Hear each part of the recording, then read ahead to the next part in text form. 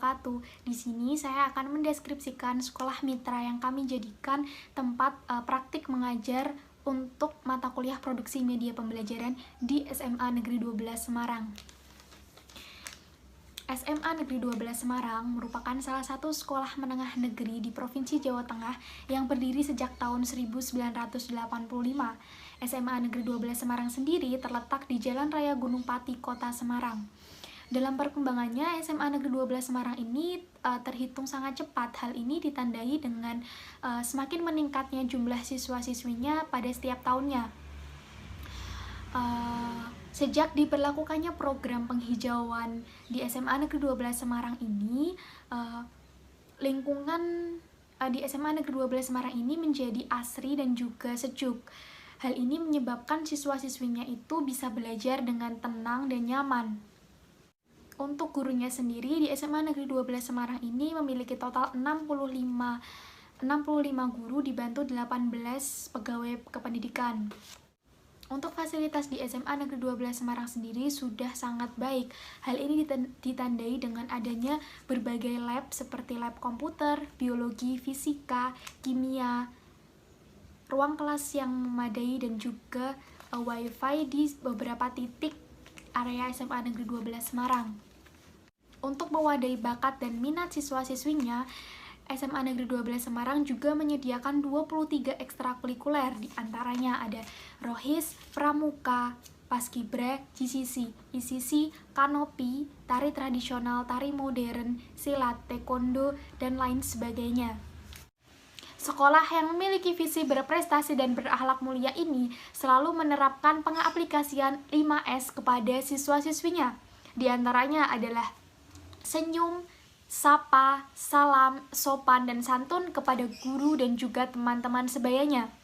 Sehingga hal ini menjadikan siswa-siswinya tidak hanya unggul dalam akademik saja, namun juga unggul dalam karakter yang religius. Mungkin itu deskripsi dari sekolah SMA Negeri 12 Semarang yang bisa saya sampaikan.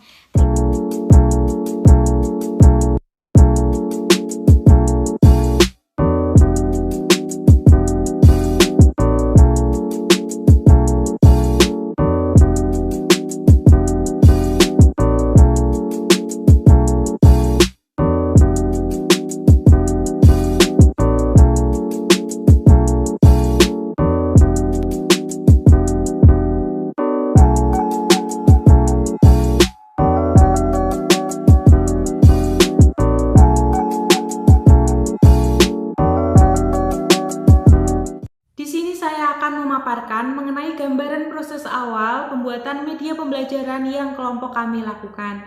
Pertama, kami melakukan diskusi kelompok mengenai media pembelajaran apa yang akan kami gunakan. Kami memilih media pembelajaran yang sekiranya menarik dan juga efektif diaplikasikan dalam pembelajaran. Nah, di sini kelompok kami memilih media podcast dan juga video pembelajaran. Kemudian kami merencanakan pertemuan dengan guru mitra, yaitu Pak Ismail. Kami melakukan pertemuan sebanyak 2 kali. Pertemuan pertama kami membahas atau mendiskusikan mengenai materi apa yang dapat kami sampaikan. Nah, di sini kami mendapat rekomendasi dari Pak Ismail untuk membawakan materi mengenai pemetaan konflik. Kemudian di sini kami juga memperoleh informasi mengenai karakteristik siswa dan juga media apa yang sudah digunakan oleh Pak Ismail sebelumnya. Nah, dari sini kami dapat meninjau kembali apakah media yang sebelumnya sudah kami pilih, yaitu podcast dan juga video pembelajaran, dapat efektif dan dapat digunakan dalam pembelajaran materi pemetaan konflik. Pada pertemuan kedua, kami membahas mengenai waktu pelaksanaan pembelajaran dan juga teknis pelaksanaan pembelajaran. Nah, di sini kami juga memperoleh motivasi, tips, dan juga saran dari Pak Ismail agar pembelajaran dapat terlaksana dengan baik dan materi dapat tersampaikan dengan maksimal kepada siswa. Nah, tahap selanjutnya yaitu pembuatan media pembelajaran. Nah, dalam pembuatan media pembelajaran ini, kelompok kami melakukan pertemuan selama beberapa kali. Dalam pertemuan tersebut, kelompok kami membahas mengenai susunan materi apa yang akan kelompok kami bawakan, kemudian menyusun naskah dari video dan juga podcast yang akan kami bawakan, dan juga pengambilan video dan juga podcast. Nah, Tahap yang terakhir yaitu pembuatan laporan dari pembuatan media pembelajaran ini. Nah, penyusunan laporan kami lakukan secara daring di rumah dengan melakukan diskusi Zoom dan juga melalui grup WhatsApp.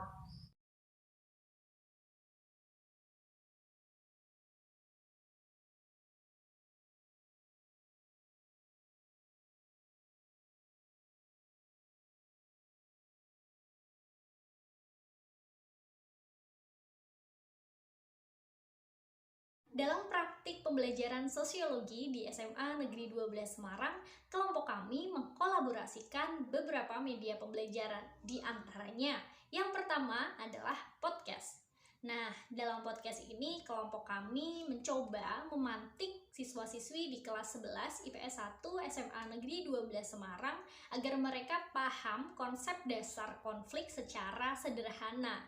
Di dalam podcast tersebut terdapat percakapan antara dua orang yang membahas mengenai konflik yang mereka alami secara pribadi, sehingga akan lebih mudah dipahami oleh siswa-siswi SMA. Nah, selanjutnya kami menggunakan media video pembelajaran. Nah, dalam video pembelajaran kami menjelaskan mengenai konflik yang terjadi di masyarakat sekitar. Sebagai contoh, kemarin kita memberikan contoh konflik mudik antara pemudik dan aparat. Nah, selanjutnya dalam proses pembelajaran kami mendiskusikan bersama mengenai podcast dan video pembelajaran yang sudah diberikan. Nah, untuk yang terakhir yaitu mengenai media sosial Instagram. Nah, kami ini menggunakan media sosial Instagram hanya sebagai media penugasan. Kenapa Instagram? Karena kami melihat bahwa siswa-siswi ini kan remaja gitu, milenial. Mereka pasti banyak menggunakan media sosial Instagram sebagai ajang mencari hiburan seperti itu. Nah, kami mengharapkan ketika penugasan ini diupload di media sosial Instagram, jadi teman-teman dari kelas 11 IPS 1 ini bisa sharing ilmu yang mereka dapatkan kepada teman-teman yang lain yang belum tahu mengenai materi konflik ini. Nah, untuk lebih jelasnya media yang kita produksi, kita lihat video berikut ini.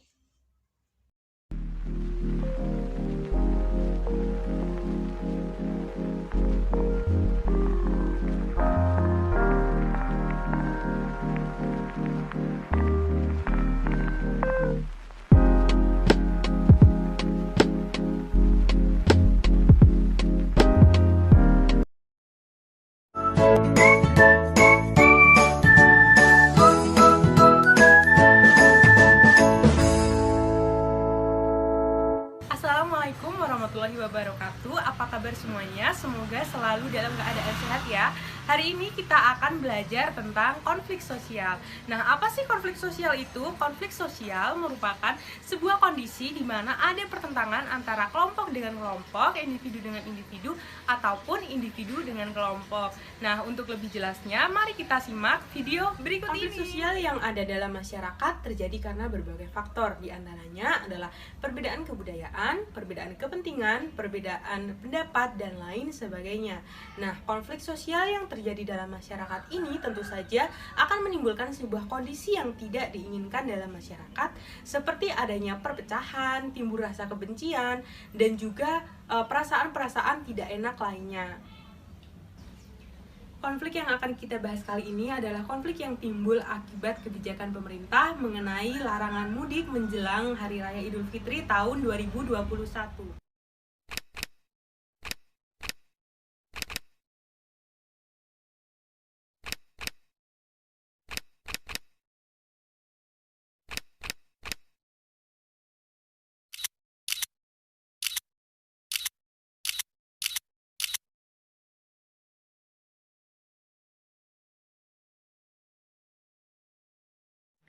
Sejak 1 minggu menjelang Lebaran, para pemudik sudah memadati jalan.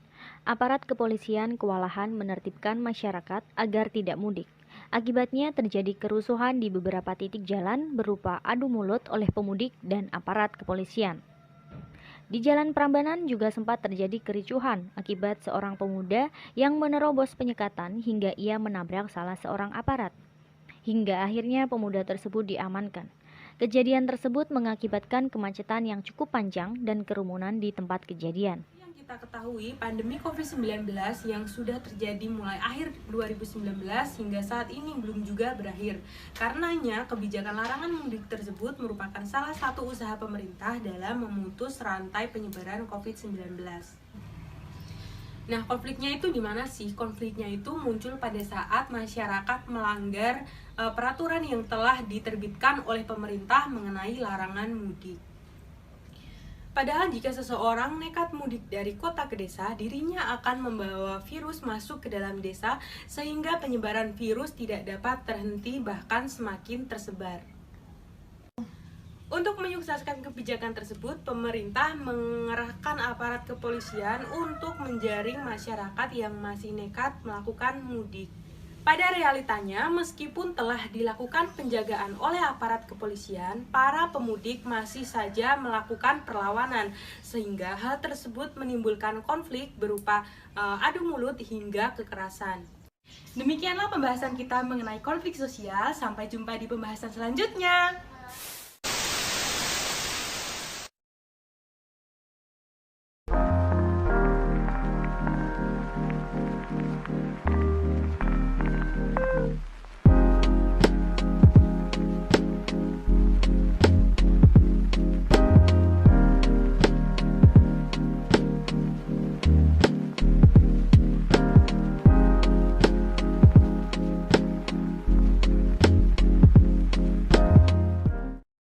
Pelaksanaannya kami diarahkan ke kelas 11 IPS 1 SMA Negeri 12 Semarang. Dalam proses pelaksanaan kami memilih waktu pada 7:30. Untuk 15 menit pertama kami menyerahkan siswa untuk mendengarkan podcast yang sudah kami buat. Setelah itu pada jam 7.45 kami mulai kelas Zoom. Dalam kelas Zoom ini kami berkenalan, lalu berdoa, berdiskusi. Setelah itu kami memberikan penugasan yang harus dilengkapi oleh siswa. Dalam kelas Zoom ini juga kami membahas tentang podcast yang telah siswa dengarkan, serta kami memberikan suatu kasus yang nantinya akan dianalisis sebagai suatu permasalahan di materi yang kami ajarkan. Oke, mantap. Halo. Ananda Maharani. Oke, Bu. Oke. Arum Kowaidul Fitriah.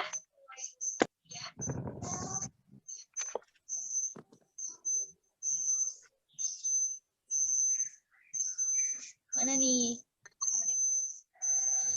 Ada nggak Arum? Gak ada ya. Astrid Natali Trimurti. Hadir, Bu. Oke. Sevio Rafandi.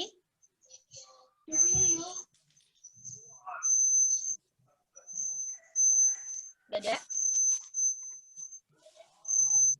Nanti yang tiba-tiba hadir langsung chat aja ya.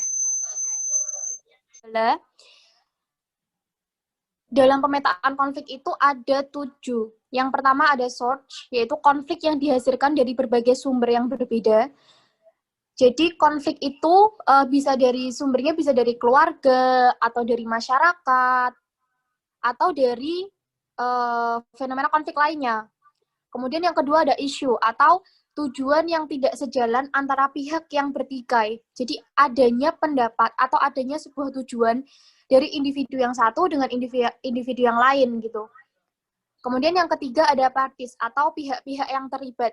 Jadi siapa saja pihak-pihak yang terlibat dalam konflik ini gitu. Itu dijelaskan juga oleh Amr Abdallah. Kemudian yang keempat ada attitude atau perasaan atau pandangan yang mempengaruhi pola konflik. Pandangan yang berbeda yang akan memicu konflik itu apa? Itu dijelaskan juga oleh Amr Abdallah. Kemudian yang kelima ada behavior atau tindakan yang dilakukan oleh pihak yang terkait.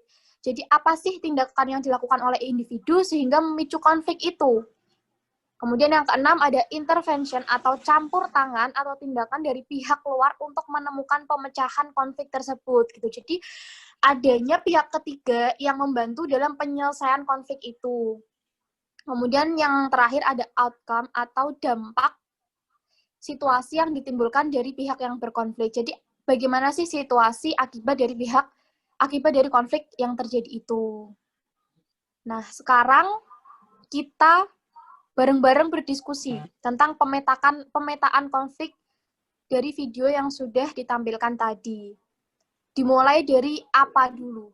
Kira-kira apa yang menjadi penyebab atau latar belakang terjadinya konflik itu? Siapa yang mau berpendapat? Saya. Oke, Rifki Adianto ya. Silahkan. Menurut saya, konflik pertama kali muncul karena perbedaan pola pikir masyarakat atau perspektif mereka masing-masing.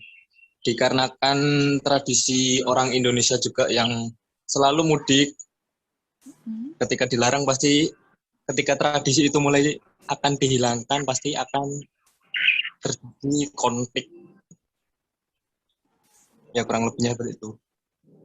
Oke, benar sekali yang disampaikan oleh Rifki tadi tentang apa sih yang menjadi penyebab konflik itu terjadi gitu. Jadi adanya pertentangan atau perbedaan kepentingan dari masyarakat yang mereka ingin mudik atau pulang ke kampung halaman, namun pemerintah tidak memperbolehkan budaya yang selama ini berjalan di Indonesia itu gitu, karena penyebaran COVID yang semakin marak, kasus yang terus bertambah, jadi himbauan untuk mudik itu masih terus dilarang. Nah, mungkin bagi sebagian masyarakat yang merantau ke kota lain atau bagi masyarakat yang tidak tinggal di kota kelahirannya, mereka ingin untuk pulang ke kampung halaman, tapi karena keadaan saat ini tidak memungkinkan, karena itu pemerintah mengeluarkan himbauan itu. Jadi yang menyebabkan konflik itu terjadi ya karena adanya perbedaan.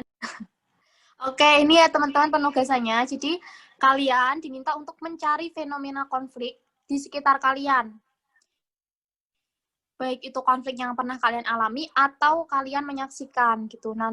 Kemudian nanti kalian diminta untuk melakukan pemetaan konflik dalam bentuk infografis. Sampai sini ada yang mau ditanyain dulu?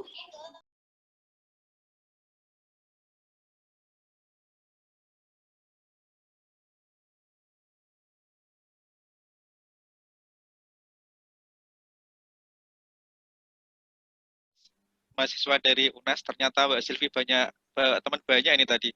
Ada Mbak siapa tadi, Mbak Nia ya, Mbak Eka, kemudian Mas Sofan. Selamat pagi Mbak dan Mas dari UNES.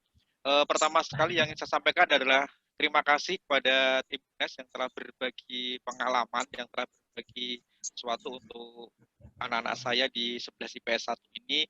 Ini saya namakan merupakan program dari kolaborasi virtual itu ya. Jadi sesekali di ruang kelas kita, ruang kelas virtual ini menghadirkan guru yang berbeda. Jika anak-anakku tidak hanya melihat Pak Ismail saja, itu barangkali menjadi bosan nanti itu ya. Sehingga sesekali berkolaborasi dengan yang lain, dan pada hari ini anak-anak bisa melihat, bisa tampil, bisa belajar bersama dengan Mbak dan Mas dari jurusan Sos Antro Universitas Negeri Semarang. Terima kasih untuk tim dari UNES, Mbak Silvi dan teman-teman yang telah memberikan kepercayaan kepada SMA 12 Semarang, karena tidak semua sekolah di Semarang kelihatannya dipakai untuk proyek ini. Ini merupakan tugas dari kampus pengembangan media pembelajaran seperti itu. Terima kasih, semoga kedepannya nanti SMA 12 Semarang selalu digandeng dari UNES, khususnya dari jurusan Sos Antro, untuk bermitra dalam rangka untuk meningkatkan, mengembangkan pembelajaran khususnya di SMA Negeri Semarang dan khususnya di Indonesia seperti itu. selama melakukan praktik mengajar di SMA Negeri 12 Semarang. Yang pertama tentunya saya dan teman-teman merasa senang karena kami bertemu dengan orang-orang baru, kami bertemu dengan siswa atau murid-murid baru. Kemudian kami juga banyak belajar bagaimana cara menjadi seorang guru yang baik. Kami juga banyak belajar jadi guru mitra. Kami juga selalu diberi masukan, kemudian kami diberikan evaluasi sehingga kami terus bisa memperbaiki apa hal yang salah dari kita. Kemudian yang kedua, kami juga banyak melakukan sharing dan diskusi dengan teman-teman SMA Negeri 12 Semarang, di mana teman-temannya banyak memberikan pengalaman baru bagi kita. Jadi sebagai seorang calon guru tentunya kami memiliki gambaran bagaimana menjadi seorang guru dan menghadapi siswa atau murid saat di lapangan nantinya. Untuk pesannya, semoga melalui praktik pembelajaran di SMA Negeri 12 Semarang ini kami bisa terus menciptakan inovasi dan kreativitas untuk terus melakukan pembaruan pada kegiatan belajar mengajar untuk kedepannya.